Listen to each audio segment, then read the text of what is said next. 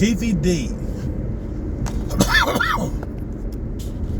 Keefe D on trial for the Tupac M. Not good. Yo. So, I've been keeping up with this pretty much. Not just now with the new trial situation, but I've been keeping up with developments and what happened to Tupac and Big over the years. Since the very beginning of them, I would say. I've filtered through just about every bit of information that has been ever made public and put on the internet. There are a lot of questions around what happened to both of these guys.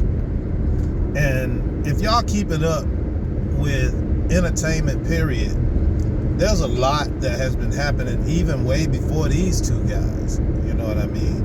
In terms of these record companies putting life insurance policies on these artists, that ain't just starting. Okay? In the event something may happen to you, you know. I mean, I remember, 20 years ago, 15 years ago, they was actually talking about that. But, you know, times change, things change. But a lot is being said about other players, okay? And a lot of it makes sense, you know what I mean? And to get right down to it, family,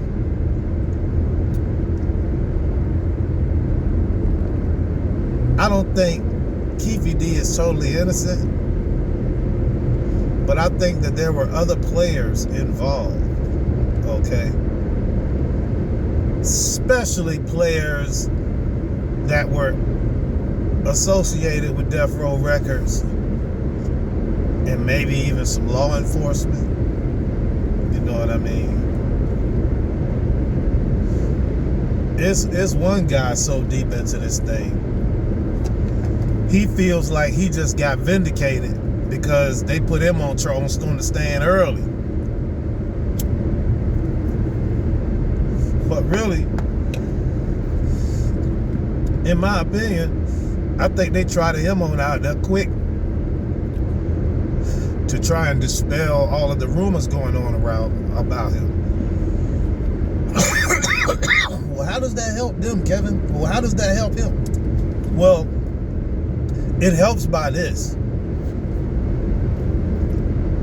First off,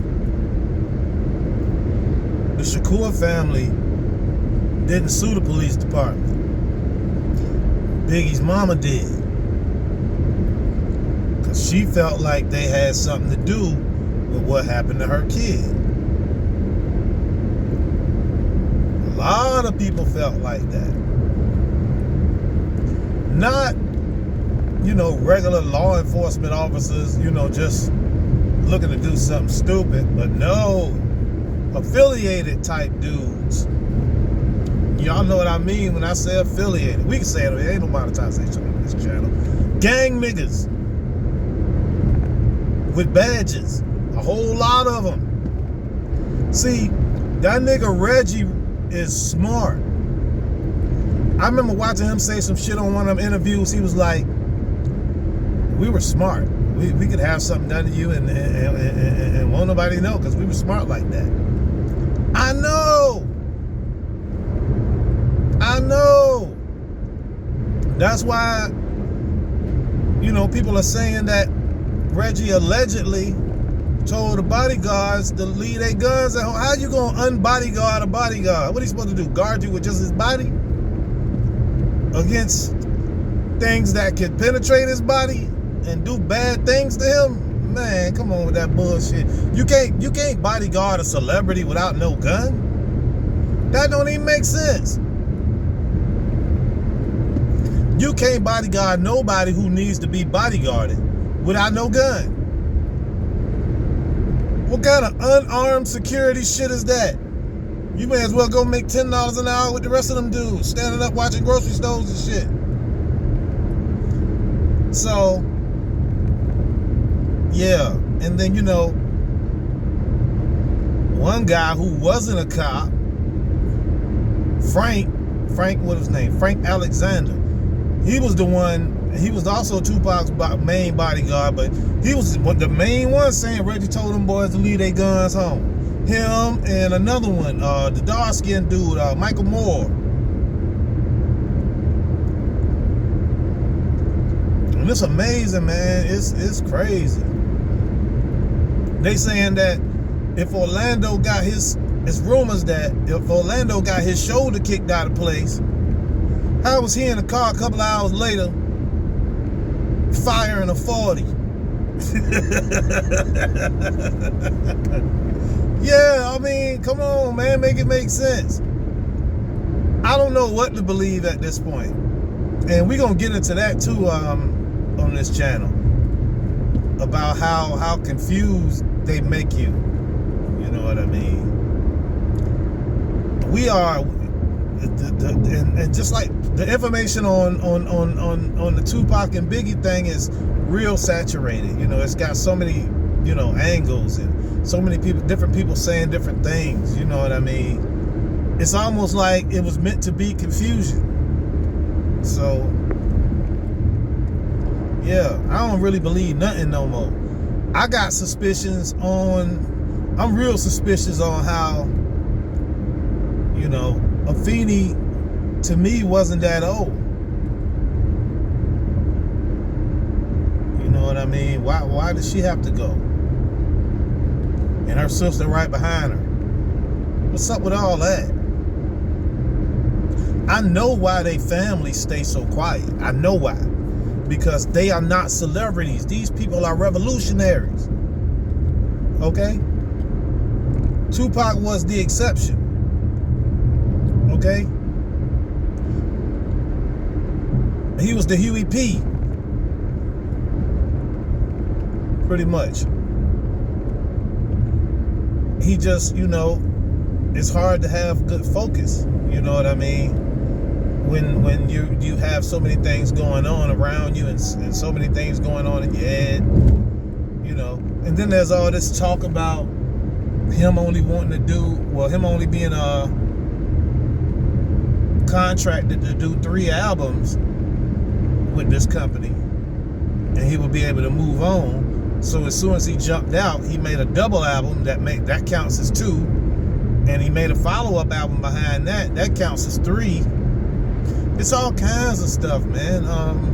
I just watched a guy talking about, there's a guy on the net who goes and looks at all of this record business paperwork, and he was talking about how on the Machiavelli album, it's one song on there well, it's a few songs on there that's wrapped in controversy, but it's crazy. It's one song on there they can't figure out the ownership of, and that's blasphemy. Because so many, you know, people are filing for rights to have the song, or the masters, or the publishing for the song. It's a whole lot of underhanded stuff going on around these cases, man. Not just Tupac, but Big too. It's a whole lot going on. And to be like I was saying, it's just, I could jump around and keep jumping around and keep throwing stuff out there, because it's that much confusion around it, in my opinion. I don't think them convicting Keefe, well, if they convict Keefe D, it's going to be on his own words, not because they had any evidence against him. It's going to be because of his words. And the thing that makes that tricky to me is, you got this man to speak. You say you got this man to speak with the promise that it would never be held against him. So do you think we would have got that story that they say Keefe D is telling? Well, that is Keefe D talking on the recording. But do you think we would have got that story had they told him, "Hey man, we want to talk to you, man, and we can't guarantee nothing"? We wouldn't have got that story. I don't know. I know when I first started watching Reggie's channel, or the channel he affiliated with, at first, you know, because of his knowledge on all of the things that were taking place, not just with Death Row, but in music period.